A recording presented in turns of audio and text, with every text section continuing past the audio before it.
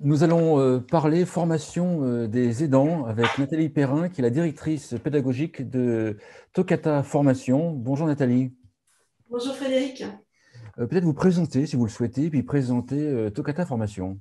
Oui, alors Tokata, c'est un organisme de formation 100% digital, 100% spécialisé dans les formations de l'aide à domicile et de toutes les personnes qui travaillent auprès des publics fragilisés par l'âge ou la maladie. Alors Tokata, moi j'ai une grande expérience dans la formation puisque depuis mon tout jeune âge, j'ai dirigé des centres de formation en présentiel à l'époque. Et depuis 2018, j'ai créé Tokata avec mon fils, qui est un spécialiste du marketing digital, pour mettre en commun nos deux forces, qui étaient moi, ma connaissance de la formation, et lui, son expertise dans le domaine du digital et du marketing digital. D'accord. Si on peut déjà brosser un petit peu la formation et les services à domicile. Quelques chiffres, est-ce que les gens sont formés, pas formés, où est-ce qu'on en est à l'heure actuelle? Alors aujourd'hui, moi j'ai beaucoup travaillé par rapport à une étude qui avait été faite par la branche de l'aide à domicile conjointement avec AGFOS PME en 2019, qui spécifiait qu'un quart des personnes, donc une personne sur quatre, était seulement titulaire d'un diplôme en lien avec le métier d'aide à domicile. Hein. Ce qui ne veut pas dire que les gens n'étaient pas formés, ils avaient parfois des diplômes très élevés dans le supérieur, mais une seule personne sur quatre était diplômée à l'époque sur le secteur de l'aide à domicile. Et c'est ce qui est un petit peu gênant, on va dire, parce que accompagner une personne fragilisée par l'âge ou la maladie, ça veut dire la connaître, ça veut dire connaître ses besoins, ça veut dire pouvoir l'accompagner avec ses forces, avec ses faiblesses, tout en maintenant favorisant son autonomie. Et ça, c'est ça qui est important. C'est pour ça que c'est important de former les personnes pour prendre conscience qu'il ne s'agit pas de faire à la place de la personne, mais de faire avec elle et de l'accompagner. Est-ce qu'on sait pourquoi il y a seulement un quart des personnes qui sont formées sur ce métier et qui exercent ce métier? On sait pourquoi? Parce que c'est des métiers peu attractifs, hein, des métiers qui ne sont pas forcément beaucoup payés. C'est beaucoup des métiers où le temps partiel est favorisé. Et puis, ce sont des nouveaux métiers aussi que l'on ne connaît pas. Hein. C'est surtout, je pense, cette méconnaissance de ces nouveaux métiers qui fait que ce pas des métiers que l'on connaît, donc qui peuvent forcément attirer. Hein. Après, il y a beaucoup de freins du côté des entreprises qui ne peuvent pas envoyer en formation pour différentes raisons, notamment le fait que ça a un coût. Hein, donc, ce sont les structures d'aide à domicile dégagent des marges qui sont quand même relativement faibles, hein, donc ne peuvent pas forcément se permettre de financer des formations onéreuses. Et puis, il y a la difficulté d'envoyer en formation des personnes sur lesquelles on va empiéter sur le temps de travail, sur les plannings. Et chaque jour, les levées des personnes, c'est tous les matins. On ne peut pas se permettre de dire à une personne, bah, demain, personne ne viendra vous lever, vous n'aurez pas votre toilette, hein, c'est juste pas possible. Donc, du coup, envoyer des gens en formation sur une journée, c'était pas possible. Donc, ce qui était aussi un frein. Hein. Et puis aussi le fait que les salariés peuvent remettre en question leurs compétences. Elles ont beaucoup de compétences, elles ont beaucoup de qualités humaines, bien évidemment. Hein. Pour faire ces métiers, il faut beaucoup de qualités. Non, je sais faire, je suis envoyer ces personnes en formation, c'était pour elles signifier qu'elles manquaient de compétences. Alors qu'en fait, non, ce n'est pas ça. Hein. C'est monter en compétences, c'est aller beaucoup plus loin dans la prise en charge de l'aide à domicile et c'est vraiment accompagner ces personnes vers le maintien d'autonomie. C'est vraiment ça qui est important. Question peut-être étrange, est-ce que les entreprises et les associations dans ce secteur ont la volonté de former leurs salariés? Parce qu'en fait, généralement, ils disent oui, on veut former, on veut avoir du personnel qualifié, mais est-ce qu'il y a vraiment la volonté? Je suis en contact avec énormément de structures d'aide à domicile. Hein. Aujourd'hui, j'ai plus de 1500 apprenants. Oui, il y a une volonté de former. Il y a une réelle volonté de former, mais il y a beaucoup de freins, hein, qui sont notamment le coût, hein, les freins financiers, et puis le fait d'empiéter sur les plannings. Hein. Ce que le digital permet aussi de lever ce frein-là et de se dire, ben, on se forme sur des temps très courts, donc du coup, on n'empiète pas sur les plannings. D'accord. On va revenir juste après sur comment vous abordez le sujet. Euh, les formations, les sujets de formation les plus demandés dans ce secteur-là, c'est lesquels? Alors, les sujets de formation les plus demandés, ce sont les droits. hein, aux droits et aux devoirs lorsque l'on intervient à domicile. Qu'est-ce que je peux faire? Qu'est-ce que je ne peux pas faire? Qu'est-ce qu'on peut me demander de faire et que je n'ai pas le droit de faire, etc. Toutes ces notions-là sont des notions qui sont quand même très importantes à avoir. Il y a beaucoup de questions aussi par rapport à l'hygiène, hein, les actes d'hygiène, la sécurité, hein, l'accompagnement du handicap, mieux connaître le handicap, mieux connaître les maladies dégénératives, hein, les prises en charge aussi de la fin de vie, hein, les prises en charge psychologiques, prendre aussi en charge l'entourage, hein, parce qu'accompagner une personne sur la fin de vie, c'est aussi prendre en compte tout l'entourage, les enfants, peut-être le conjoint, etc. Et puis, toute cet épuisement professionnel aussi, hein, savoir se gérer aussi l'épuisement professionnel qui peut en découler. Alors, d'un point de vue, ça c'est d'un point de vue des salariés, mais d'un point de vue des responsables d'agence, il y a aussi beaucoup de demandes de formation, hein, sur la bientraitance. Hein, c'est une notion qui est relativement récente, la bientraitance. Hein. L'accompagnement des maladies dégénératives aussi est très demandé. Et puis, tous les gestes et postures, hein, parce que c'est un secteur où il y a beaucoup d'arrêts de travail liés aux malpositions des individus, hein, parce qu'on porte, on lève, voilà, donc ça implique vraiment de gros efforts sur le corps, sur le dos notamment, et donc du coup, de la part des dirigeants, il y a de la demande par rapport à ça, il y a aussi beaucoup de demandes sur tout ce qui est gestes qui sauvent, etc. Mais la plus grosse demande, c'est sur la bienveillance et la bientraitance, qui sont vraiment des notions clés de l'aide à domicile. Est-ce qu'il y a des différences en termes de demande de formation entre des acteurs indépendants petits ou alors des petits acteurs et des très gros acteurs? Entre guillemets, est-ce qu'il y a une différence entre un petit acteur privé avec 17 salariés ou par rapport sur la même zone une association avec 200 salariés? Non, il n'y a pas tellement de différence. Il y a vraiment… Chacun cerne les besoins de formation, l'impératif, hein, la nécessité d'être formé. Hein. Donc, il y a pas vraiment… C'est plus facile dans les grosses structures de mettre en place les formations quand elles sont en présentiel parce qu'on a toujours quelqu'un pour remplacer. Évidemment, quand on a 10 collaborateurs, c'est difficile d'en remplacer 2 ou 3 qui vont partir en formation. Donc, pour ça, ça peut être favorisé, mais sinon, non, chacun… Moi, j'ai des structures qui ont 5 salariés qui forment leurs collaborateurs, comme j'en ai qui en ont 200 ou 300. D'accord. Certains me disent, certains acteurs réseaux nationaux, par exemple, me disent qu'ils ont leur propre centre de formation.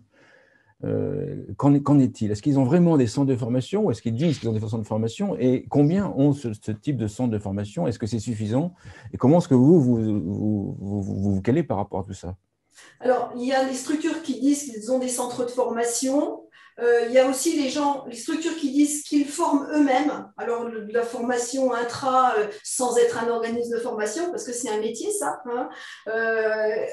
Moi, ce que j'ai pu voir, c'est qu'il y en a très, très, très peu qui forment via des outils comme le digital, qui forment avec des techniques innovantes, des techniques qui permettent d'engager la personne, qui permettent de répondre aux spécificités des emplois du temps des salariés. D'accord. Alors, vous abordez de manière digitale. Donc, en fait, est-ce que vous pouvez expliquer comment vous abordez le sujet et puis comment est-ce que vous traitez le sujet? Voilà. Déjà, ce que j'aimerais venir, c'est revenir sur le fait comment on est venu au digital. Hein. Alors, on est venu au digital parce que suite à ce rapport de la branche de l'aide à la personne en lien avec AGFOS PME, on a été sollicité, hein, pour faire partie d'un incubateur en 2018-2019 pour réfléchir à des modalités de formation qui permettent de lever ces freins de formation, parce qu'on se rend compte qu'il y a très peu de formation dans ce secteur, alors qu'il y a de très gros besoins.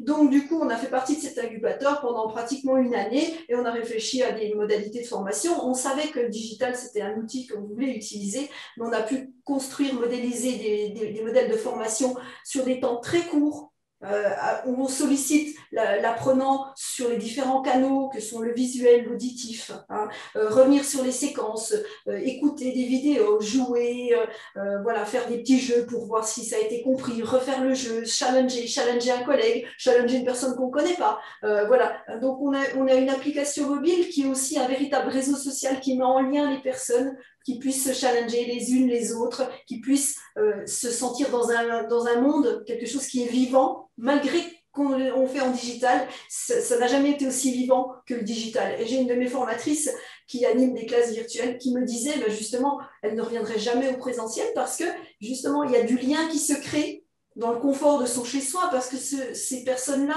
parfois, se disent, mais on m'envoie en formation, est-ce que je ne suis pas bonne, pourquoi on m'envoie en formation, ils se posent beaucoup de questions, ont peur de s'exprimer dans le cadre d'un groupe, parce qu'on a peur d'être jugé, évalué, alors que quand elles sont chez elles, on les voit parfois avec le chat sur les genoux, avec leur café, avec leur thé, il y a quelque chose de rassurant qui est de l'ordre du cocon, qui permet de se sentir beaucoup plus à l'aise et d'être beaucoup plus libéré et de pouvoir exprimer les choses que l'on a exprimées.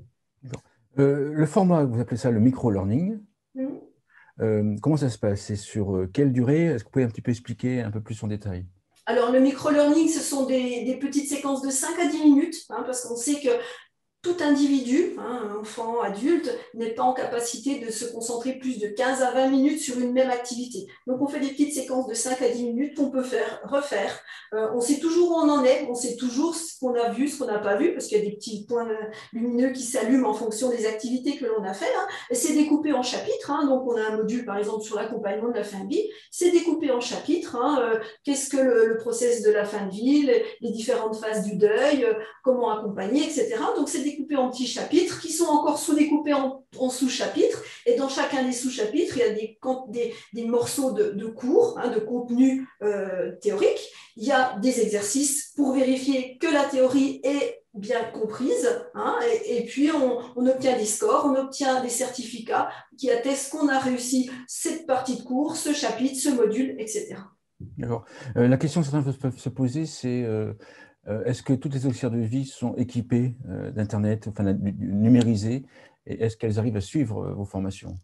Alors, il y a des fois des petites réticences, des petites craintes, mais alors, nous, en tant qu'organisme de formation, on accompagne chacun sur l'utilisation de l'application mobile et de la connexion à des classes virtuelles. Donc, mais je n'ai encore trouvé aucune personne qui n'a pas réussi. On y arrive toujours. Éventuellement, on a 2 ou 3 personnes qui ont pu rencontrer des difficultés parce qu'avaient un outil un petit peu obsolète, mais c'est extrêmement rare. Dans ce cas-là, on peut éventuellement prêter une tablette. Mais il faut savoir qu'aujourd'hui, une étude Hyperia avait précisé que donc Hyperia, c'est l'organisme qui s'occupe des formations pour les gens du particulier emploi, les personnes du salarié du particulier emploi, que 85% des individus avaient une page Facebook, en fait, étaient connectés, avaient un téléphone portable, voilà. Et bien souvent, dans l'aide à domicile, le tracking des interventions se fait via des QR codes qui sont à l'entrée de chez l'usager, donc via le smartphone. Donc, c'est pas un frein, c'est une croyance. Si je vous dis qu'à distance, en digital, les formations sont moins performantes qu'en présentiel, vous me dites quoi? Alors, je suis d'accord avec vous si on a dupliqué, si on a transposé du présentiel au digital. Parce que ça, c'est pas du digital. Passer des slides pendant 1 heure, pendant on passe 10 slides et que le formateur lit 10 slides, c'est pas du digital, ça. C'est un petit peu du bidouillage où on essaie d'accommoder le présentiel avec l'outil Zoom ou enfin voilà un outil numérique. Le digital, c'est pas ça. Le digital, ce sont des petites séquences courtes de micro-learning, 5 à 10 minutes, où on revient sur les notions, on évalue au fur et à mesure. Voilà, c'est ça le digital. D'accord. Pour ceux qui regardent la vidéo et qui découvrent ce secteur, j'imagine que l'auxiliaire de vie, elle a un diplôme de base pour celles qui sont formées. Et après, vous allez faire le complément avec des formations complémentaires, ou est-ce que vous arrivez également à faire le diplôme, à former en diplôme de base à distance? On fait les deux.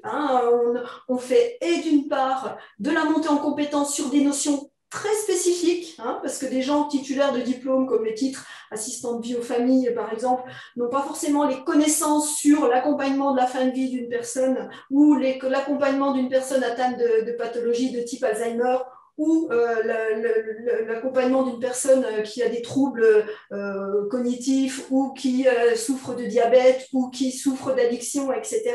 Voilà, donc là, on propose tous ces petits modules-là bien spécifiques, mais on propose également des titres entiers, comme le titre ADVF, par exemple, que l'on propose sous le format donc, en CFA, en apprentissage, pour des personnes qui font de la proa ou des jeunes qui feraient de l'apprentissage. D'accord. Donc, Donc c'est là, complètement digital, hein, parce que c'est tout à fait possible, hein, de se former via le digital pour le titre ADVF. Hein. Ça nécessite 400 heures de formation via l'application mobile. Il y a toujours des temps d'échange avec des classes virtuelles, bien évidemment. Et puis, la personne est salariée de la structure et intervient au domicile sans rupture de planning. Et c'est ça qui intéresse les structures d'aide à domicile pour le CFA, pour la formation d'apprentissage, en proa ou pas, c'est de pouvoir avoir une personne qui est là en permanence et sur les temps où on sait que de toute façon, comme je disais au début de l'interview, sur les débuts d'après-midi, on a du temps, 1 heure ou 2 heures, où on fait son travail sur l'application mobile ou une classe virtuelle et on reprend son activité en fin de journée. Donc, on peut avoir un temps complet en étant formé et complètement disponible pour la structure. pour les auxiliaires de vie qui pourraient nous écouter, il y aurait peut-être 2 questions qu'elles pourraient se poser ou qu'ils, elles, pourraient se poser. Si je n'ai aucun diplôme dans ce secteur-là et que je veux aller dans ce secteur-là, est-ce que moi, je peux me former personnellement avec votre plateforme? Oui, bien sûr, via le CPF, tout simplement. D'accord. Est-ce Voilà. que ça va plus vite avec vous, dans le sens que si je... Les 450 heures, si je suis... Oui, 400, 450 heures, Ouais, oui. voilà, 400 heures, on peut les étaler sur 3 ans, 10 ans, mais est-ce que si je suis très motivé et que je l'ai fait, alors je ne sais pas combien, je sais pas au minimum pour combien de temps ça fait à peu près, je n'ai pas très bon calcul mental, mais est-ce que je peux compresser tout ça et être diplômé plus rapidement? Alors, sur un titre ADVF, par exemple, de 400 ou 450 heures, on peut le faire sur une année scolaire, tout simplement. Oui, c'est tout à fait possible. Il faut que ça soit digeste, hein, en même temps. Mais quand on le fait via l'apprentissage ou la proa, en même temps, on est salarié, hein, en même temps, on pratique, en même temps, on est dans l'expérimentation de ce qu'on voit, de ce qu'on apprend. Donc ça, c'est une richesse, l'apprentissage, c'est une richesse incroyable, hein, et c'est beaucoup moins fastidieux et beaucoup plus digeste que d'avoir un volume de cours. On pourrait faire les 400 heures en 2 mois et demi, hein, faire que ça, mais je trouve que ça a moins de sens, hein, parce que pratiquer, ça permet de se poser des questions, de revenir en classe virtuelle et de poser des questions aux formateurs et de voir comment les collègues ont fait, eux, pour gérer ce genre de situation. Est-ce que, voilà, c'est ça qui est intéressant, hein, c'est une sorte d'émulation qui permet d'aller très loin, hein, et d'être très, très compétent. Oui, les auxiliaires de vie que vous formez et qui sont, elles ou ils, salariés actuellement, elles se forment en dehors de leur temps de travail. Est-ce qu'elles sont payées? Est-ce qu'elles sont payées pour se former en dehors de leur temps de travail? Comment ça se passe? Alors ça dépend des structures, hein. On a des structures qui sont formées, qui proposent aux collaborateurs de se former pendant leur temps de travail et donc d'être rémunérés pour cela. Les OPCO prennent aussi en charge peuvent aussi prendre en charge ce genre de financement, hein. Et mais après, comme je vous l'ai dit en début d'interview, hein, c'est qu'on peut pendant un temps bien défini, hein, par rapport à la loi, hein, par rapport au nombre d'heures que l'on fait chaque année, un pourcentage, on peut demander à une personne de se former hors temps de travail, hein, pour elle. Et puis il y a aussi toutes les personnes qui le font par elles-mêmes via le CPF parce qu'elles ont envie d'aller plus loin, elles ont envie de se spécialiser, elles ont envie d'évoluer. Concernant le financement, pour quelqu'un qui découvrirait ou qui lancerait sa société dans le service à domicile, quels sont les financements possibles pour vos formations et ce type de formation? Alors, les financements, c'est surtout les OPCO, hein, Uniformation et l'OPCO EP pour le secteur de l'aide à domicile. Il y a aussi des financements via le CPF, hein. Et puis, pour les financements de la proa ou de l'apprentissage, c'est aussi les OPCO qui gèrent, hein, D'accord. essentiellement. Là, je devine, par intuition, que les formations chez vous, en fait, en distanciel, coûteraient moins cher que les formations en présentiel. Parce qu'il y a les temps de déplacement, parce qu'il y a la location des salles, j'imagine plein de choses.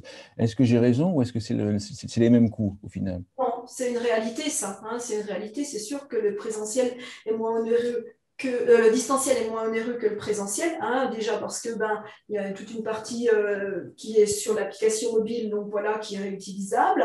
Après, il y a les classes virtuelles, on ne peut pas concentrer, voilà, on met 8 à 10 personnes par classe virtuelle parce qu'il faut des moments d'échange. Et la grosse économie, ça va être sur les temps de déplacement, les frais de déplacement, les frais de repas, voilà, hein, parce que l'aide à domicile a cette spécificité, c'est que sur le territoire complet. Hein, voilà, même le village le plus reculé de France a aussi un service d'aide à domicile qui peut être très éloigné du centre où on peut faire des formations. Hein. Et alors le frein aussi de envoyer en formation loin, ça implique du temps de déplacement, donc du temps de rémunération, de l'argent via le déplacement. Donc, on n'est pas dans quelque chose d'écologique, mais en plus, hein, parce que les déplacements, c'est des personnes qui se déplacent énormément, hein, les salariés de l'aide à domicile. Donc, leur demander encore de se déplacer pour une journée pour faire une formation, pour elles, c'est très lourd. D'accord. Un mot de conclusion à l'émission. Écoutez, l'innovation passe par le digital. Hein. On l'a vu, la crise Covid a fait vraiment développer le digital. Beaucoup de personnes pensent que c'est un frein, que ça ne relie pas les gens. Et au contraire, ça relie les gens, ça remet les gens en mouvement, ça permet de former des gens qui ne seraient jamais à l'information et qui éprouvent un grand privilège que d'avoir aussi l'outil numérique pour se former, d'avoir aussi l'application mobile, le petit réseau social qui va avec. Toutes ces notions-là, c'est vraiment des notions importantes. On est dans quelque chose de complètement innovant qui va bien avec ces métiers qui sont peu connus, peu reconnus. Hein, et c'est vraiment quelque chose qui est un paradoxe qui est intéressant. Super, merci Nathalie. Nathalie Perrin, je rappelle que vous êtes directrice pédagogique de Tokata Formation. Merci beaucoup. Merci.